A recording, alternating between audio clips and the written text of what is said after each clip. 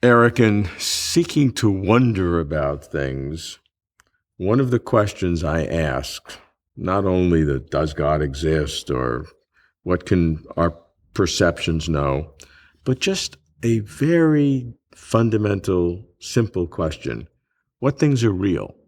What are the simple things of existence that are real? Not that we invent, but that are really out there. What are the different categories? How can we begin to access reality? Well, we start to access reality by using our senses, perception. And so we see that the things that are around us, physical things, have characteristics that make them stable and persistent, and they have structure. And then we go from there, and we build up with science. We build up a complicated taxonomy of these things, protons and neutrons and quarks and leptons and Higgs bosons. And so we've got a catalog that describes different types of matter. But then we also find, and I like to start with that, and then we find things like our equations use numbers. So now we start to think, well, our equations use numbers, and it doesn't seem like we'd really be able to do science without numbers. Yeah. And so if our equations that we need to do science, to describe the stuff that's here, involve numbers, then it seems we should say numbers are real too. Numbers are at least as real as the things that they're used to describe. And so our science becomes very complex mathematically. And suddenly you start to think that mathematical things are real. And this is known as Platonism, where you're saying there are physical, material things, right? And there are also mathematical things.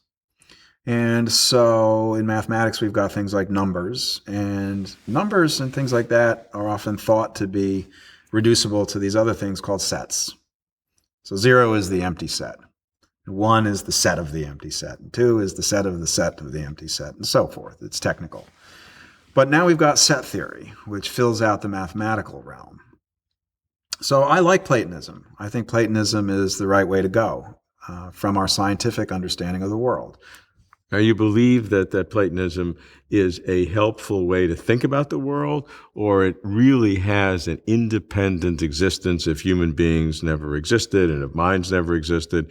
There really would be this something external somewhere that really exists. I think that Platonism is correct. Yes, I'm always skeptical that I might be deluded or dreaming, sure. But I've got to do something, right? And I've got to try my best. We've got to try our best. Right. So I think trying my best, as other philosophers have, I come up with the notion that, yeah, even if we weren't here, the abstract objects would be here. Okay.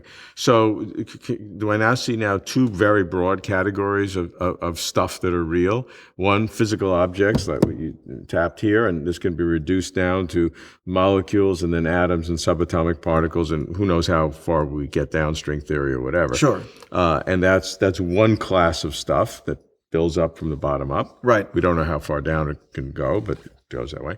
And then another class of Platonic abstract objects, which are numbers, possibilities, logic, who knows what's in that kind of thing. And that's an infinite set of things in its own way. That builds up too. And that builds up too, right. Sure. Is there anything else? Is there anything else? Well, I wouldn't like to keep the physical stuff or the concrete stuff. Let's say concrete instead of physical. It's a big difference. Well, but physics posits things like space-time or space-time points, and that's not really material. Okay. So maybe let's say concrete instead of just material. Okay. Right? So maybe it's all physical, fine. But other universes might have different physics than our universe has. Yeah, but that would still be the category of stuff. It'd be the category of concrete stuff. Concrete stuff. That's right. Right. But I wouldn't want to say all concrete stuff goes down to, say, protons and neutrons and leptons. Okay. So another universe might have another system or a smaller. Right. So yeah, that's right. But are there things on other realms like concrete, non-physical stuff? Gods, angels, spirits, cosmic consciousness. I can go on if you're interested. It doesn't seem like you are. Keep going. No, please. I think that there are gods. There are little g gods they are concrete, and they are the grounds or support for all other concrete things. Okay. Now, what does that mean? So you think there's a plane of existence that is different than the physical world as you've defined it, and different than the Platonic abstract world? Is this a third category, or does it fit one of the other two categories? I'm not sure what a plane of existence is. Oh, It sounds like sounds like something you get on to travel somewhere. Yeah, no, okay. So you define it. They're your gods. You define it as you want. Well, they're just gods. They're not mine. Okay, well, But sure. So there are gods, which I think of as being computers, as being things that are concrete yet very mathematical in their natures. And through their activity, they generate all other physical things. You're entitled to that theory. That's fine. All I'm asking is that a category? Or do you classify it? You gave me two very nice categories. I accepted both of them. Yeah, the gods are concrete. They're concrete things that generate other concrete things. Okay, but does that mean they're not abstract? So they're not abstract. All right, but does that mean they're in the physical because you said they're physical stuff that go from material objects down the chain of being to atoms and protons and then quarks or whatever else is beneath that string theory. And in another universe, it might be a different thing. But that's a certain hierarchy of being. That's right. It doesn't seem like your beings fit that. Yeah, that whole hierarchy of being that you just gave us that in our universe, right? So we've got, our atoms and protons and neutrons and leptons and quarks, and we go down to, let's say, strings. Right. And then go down to space-time points. That whole hierarchy sits on top of a god. That whole hierarchy sits on top of a god. In exactly the same way that information processed by a computer sits on top of the computer. Right now, I don't mean sit like physically sit, of course. But I mean supervenes, to use the technical term. Right. That's it's dependent upon it. Right, in a deep way. Yeah. So all the physical things in our universe that we call physics supervene on our local depend God. Upon for their deep ontology. Right. They depend upon for their existence. Right. Now, does that mean that? Is that a different category of stuff? Your little gods that every physical thing depends upon? Well, I think if we had to divide it to a tree of porphyry, right, we might say being and abstract and concrete. And in the concrete, you'd have the ultimate concrete things, which I say are these little g gods, right? The hardware. They're just hardware. So the concrete divides into hardware and software. Oh. And everything else is software. What's everything else? Protons, neutrons, that's quarks. Software. Yeah, that's software. Running on the hardware of your little gods. That's right.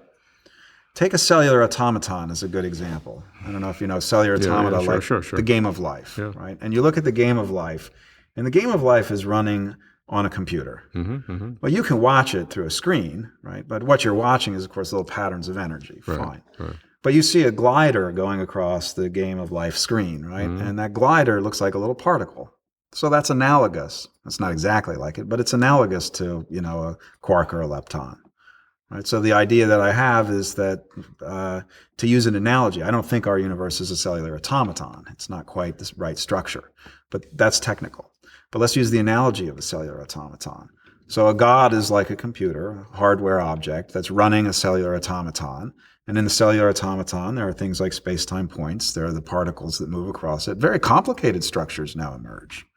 So that's exactly how the software, physics, if you want to call it that, emerges. But this hardware that you have of these gods, that's of a wholly different character than the software of the physical world. I mean, it's just totally different. It's to my mind, a different category. But it's concrete in the sense that it's not, not completely mathematical in the way that one thinks of, or they're not universals. It's not like the gods are not. They're concrete in the sense they're individuals. They participate in relations that are at least analogous to causal and temporal relations, structures that are usually associated with concreteness. And it's not like a copy of any god would be identical to, it would be identical to that god, right? So they fall under the indiscernibility of identicals, and it's all technical stuff, right? But they satisfy what most philosophers think of as the requirements of concreteness. So I think that if we were to look at the totality of reality, its categories, its categorical structure, we would start with, existence at the top and probably split into the concrete and the abstract. In the abstract, I think everything is ultimately a pure set theory. And numbers and things like that supervene on sets. And so we might have pure sets and all the stuff that supervenes on it. In the category of the concrete, we have what I'll call hardware and software. And hardware objects are little g gods. They are things that design and create universes.